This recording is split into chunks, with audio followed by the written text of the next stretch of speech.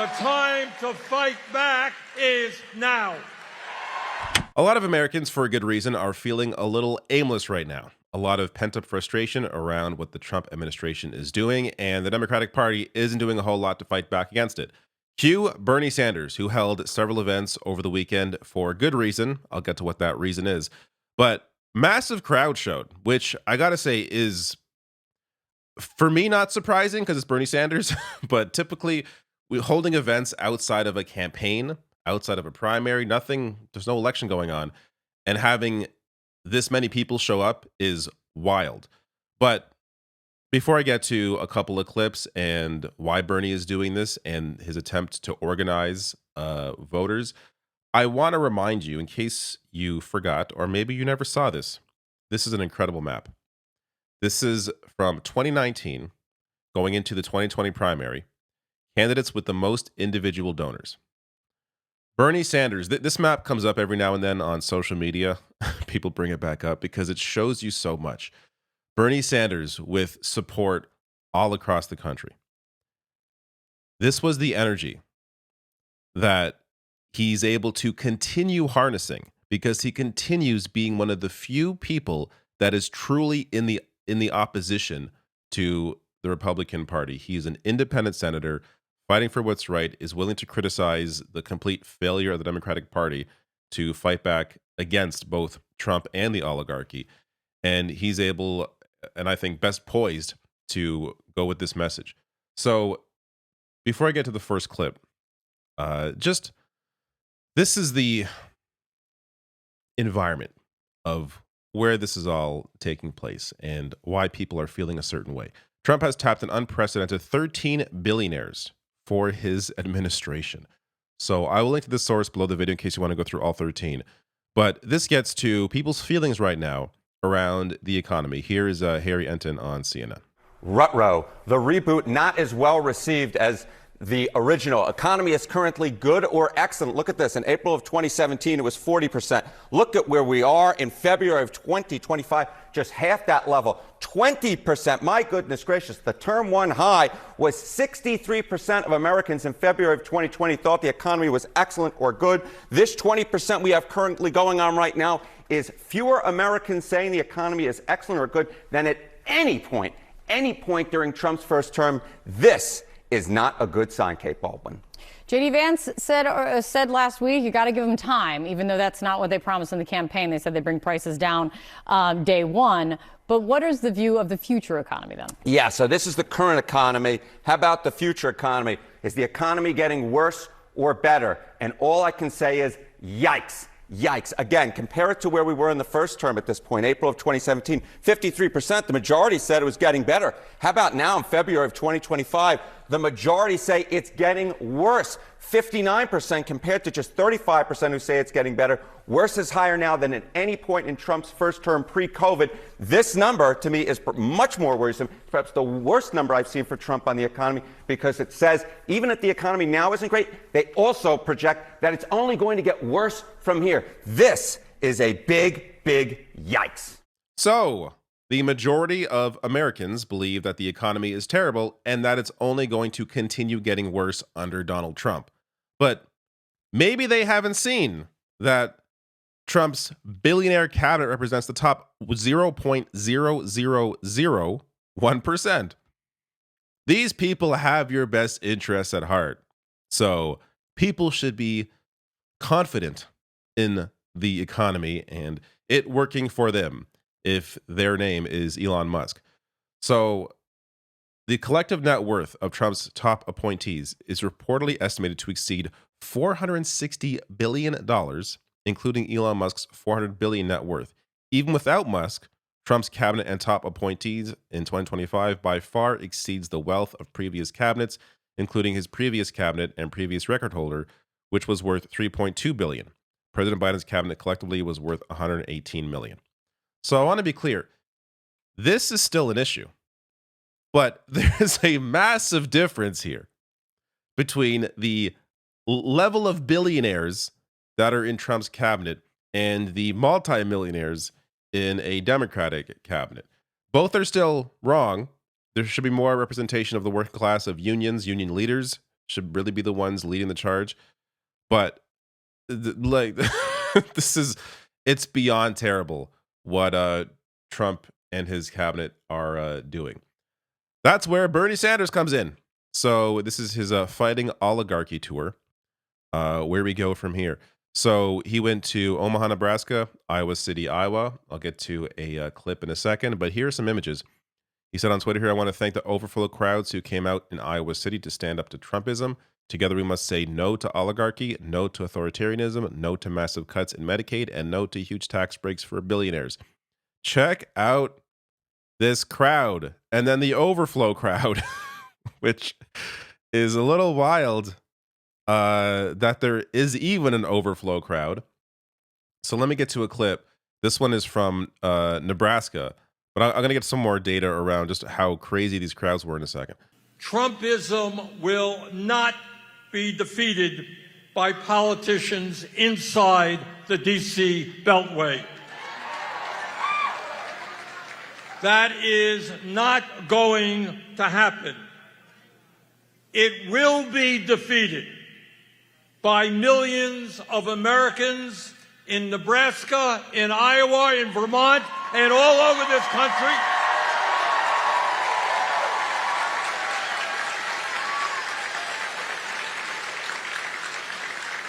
Who come together at the grassroots level like we are doing tonight in a movement which says no to oligarchy, no to authoritarianism, no to kleptocracy, no to massive cuts in programs that the working class desperately needs, and no to huge tax breaks for the billionaires and the 1%. So you see there, Bernie acknowledges that this is not going to be stopped by people within Congress, but it will be stopped by a movement of regular people who stand together. And he goes on, as I'll get to later, to sort of give an idea or discuss an avenue for where at least these people should go. And you can, as I'll discuss later, you can kind of see what he's trying to help create.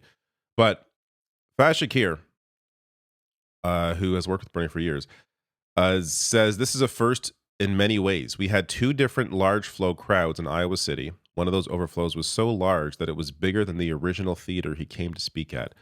So again, I know I'm harping on these crowds, but it's not an election. There's not a primary going on. This is just people coming together that want to see Bernie Sanders, but there is this desire, this pent up energy that people are trying to find a place to put. And this is potentially the start of where that energy can go. So Craig Phelps on Twitter writes, Bernie Sanders in Iowa City is the most searched term in Iowa over the past 48 hours. In the past 7 days, people in Nebraska, Alaska, and Wyoming round out the top 5 regions searching oligarchy. So this is a video from Omaha, Nebraska of Bernie coming out, and check out the energy here.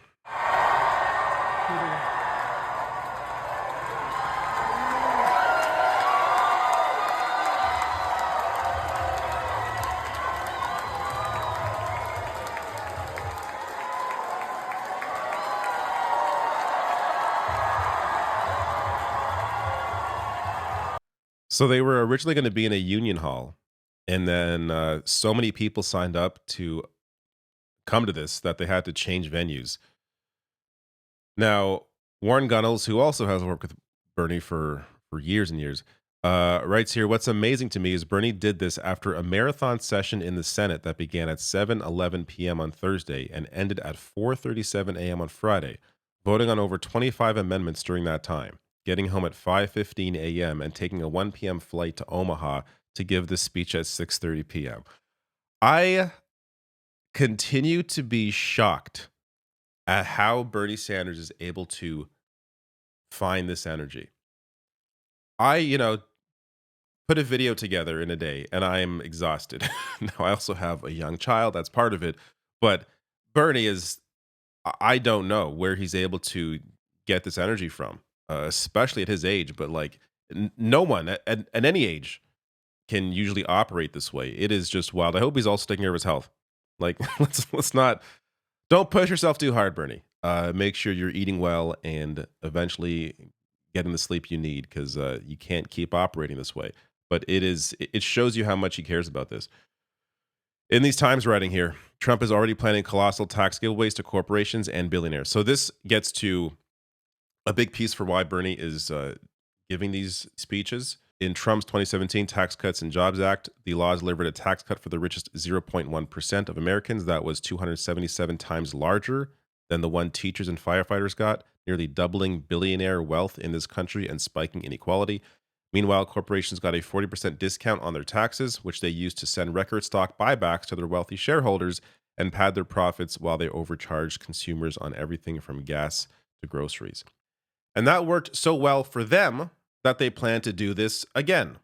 So Republicans plan to give the richest Americans a fresh round of individual tax breaks, slash the corporate tax rate yet again, and cut taxes on capital gains and dividends, which would let their Wall Street friends keep even more of their winnings when they sell a stock or are showered with dividends. I don't understand how empty you have to be as a person for this to drive you. Imagine already having all the money in the world, all the money you wouldn't be able to even spend it in a lifetime, in 100 million lifetimes. But you want to continue doing it again. You need more and more and more and more. While on the other side of that, budget cuts for programs that Americans who are nowhere near your sort of wealth and power and privilege, you want to cut programs that they need to survive.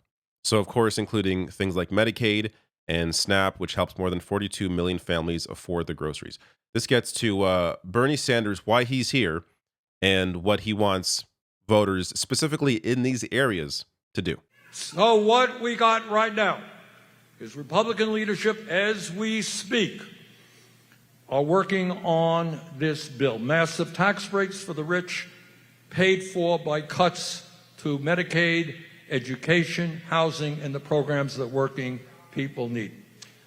Now, it turns out that in the House of Representatives, there is right now a reality where Republicans have a very, very slim majority. Republicans have, as I recall, 218 members. Democrats have 215. They have a 3-vote majority. That is not much. If 2 Republicans go to the Speaker of the House and say, Mr. Speaker, no way am I going to betray my constituents. No way am I going to make massive cuts in Medicaid and other programs to give tax breaks to billionaires. If 2 Republicans do it, that terrible bill is defeated. And what I am asking you to do is make sure that your congressman, Mr. Bacon, is one of those 2 Republicans. All right, I'm also going to get to the link in a second here, showing you where he wants a lot of these people to sign up. And there's something in there that I find interesting. But this is the point of these specific events, is to target these voters in these Republican districts to put pressure on their representatives. So one of them mentioned there was Bacon, Representative Bacon. The other is Representative Miller Meeks. And the intention is to ensure this bill doesn't go through. Now, they're going to have to contend with the fact that Charles Koch has launched a $20 million campaign backing Trump's tax breaks. So they're going to try and argue that this is actually good for people, that it's great to give even more money to massive corporations and billionaires and cut programs that that regular people are using. It's a great idea. So, and this is how they fool people for decades at this point. I mean, the amount of money and time through avenues like Fox News, AM radio, since, the 1980s, this is what has slowly turned conservatives into these complete lunatics who have a hard time even understanding what reality is, because they have been so conditioned to believe this trash that at some point, these billionaires are going to help us. And oh yeah, it's the Democrats that are the elites. Only them, not the billionaire cabinet that Trump has.